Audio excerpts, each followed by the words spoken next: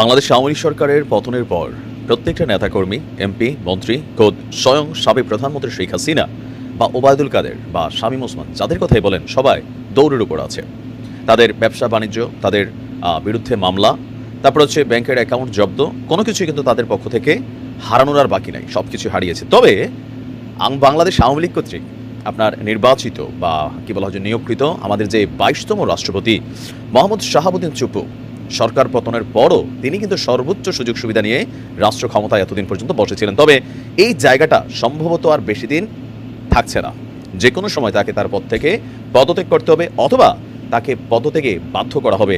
আজকে সেই ডাকেরই আওয়াজ আমরা দেখলাম। দর্শক, আজকে দীর্ঘ সময় পরে আপনার রাষ্ট্রপতি পদ থেকে শাহাবুদ্দিন চুপ্পুকে অপসারণ করার জন্য ঘোষণা চলে এসেছে। তবে এই ঘোষণাটা যারা দিয়েছে তারা হচ্ছে বৈষম্য বিরোধী আন্দোলনের প্রধান যারা সমন্বয়ক আছেন হাসনাত আবদুল্লাহ এবং তাদের যারা টিম মেম্বার আছেন।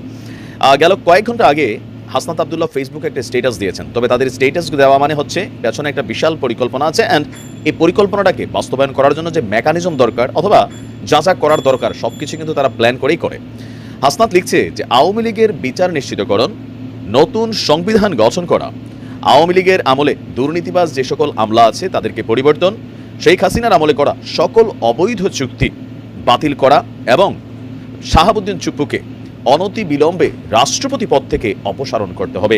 মুহূর্তের মধ্যেই lakh lakh like, share, follow, comment সেখানে দেখা যাচ্ছে। এখন প্রশ্ন হচ্ছে যে প্রক্রিয়াটা কিভাবে হবে? এটা কি যেমনভাবে ধরেন কি বলা হয় যে মানে সাবেক প্রধানমন্ত্রী শেখ হাসিনাকে বা আওয়ামী লীগকে মানে পদত্যাগ করানো হয়েছিল ওইভাবে, নাকি আসলে ভিন্নভাবে? এর কয়েক ঘন্টা আগে আরেকটা স্ট্যাটাস দিয়েছিল হাসনাত আবদুল্লাহ, একটা কিন্তু আরেকটার সাথে কানেক্টেড। সে লিখছে পতনের সময় সংবিধান এবং নিয়ম ভাঙতে পারলে গঠনের সময় কেন নয়।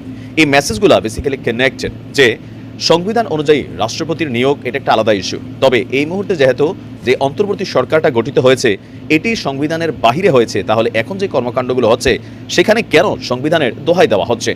আর এই বিষয়গুলোকে কেন্দ্র করে যারা সোশ্যাল মিডিয়া ইনফ্লুয়েন্সার আছেন, যারা বড় বড় ইনফ্লুয়েন্সার আছেন, তারা কিন্তু দীর্ঘদিন যাবত বলছেন যে রাষ্ট্রপতি পদে চুপ্পু সাহেবকে রেখে আসলে এই মুহূর্তে সরকারকে নিরপেক্ষকরণ অথবা যে পরিবর্তন সেটা কিন্তু সম্ভব নয়।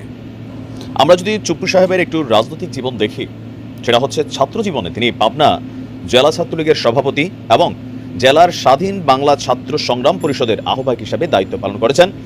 আর মহান মুক্তিযুদ্ধেও তিনি সক্রিয়ভাবে অংশগ্রহণ করেছেন। পরে পাবনা জেলা যুবলীগের সভাপতির পদও তিনি দায়িত্ব পালন করেছেন। বাংলাদেশ স্বাধীন হবার পর তিনি আইন পেশায় নিয়োজিত হন। 1975 সালে বঙ্গবন্ধু শেখ মুজিবুরের পরিবারের হত্যাকাণ্ডের পর চুপ্পুকে সামরিক আইনে গ্রেপ্তার করে নির্যাতনা করা হয়েছিল। কারাভোগের পর মুক্ত হলে তিনি পাবনা জেলা আওয়ামী লীগের প্রচার সম্পাদকের দায়িত্ব তিনি প্রাপ্ত হয়েছিলেন। 1982 সালে বিসিএস ক্যাডার হিসেবে যোগ দিয়েছিলেন। 1995-96 সালে পরপর দুইবার বাংলাদেশ জুডিশিয়াল সার্ভিস অ্যাসোসিয়েশনের কেন্দ্রীয় কমিটির মহাসচিব হিসাবেও আপনার নির্বাচিত হয়েছিলেন। 1996 সালে আওয়ামী লীগ সরকার ক্ষমতা এলে বঙ্গবন্ধু হত্যা মামলা দায়েরের পর এই মামলায় আইন মন্ত্রণালয় থেকে কোঅর্ডিনেটর হিসাবে নিয়োজিত থেকে দায়িত্ব পালন করেছেন। আর আমরা যদি দেখি যে লম্বা একটা সময় তার আওয়ামী লীগের সাথে কানেক্টিভিটি ছিল।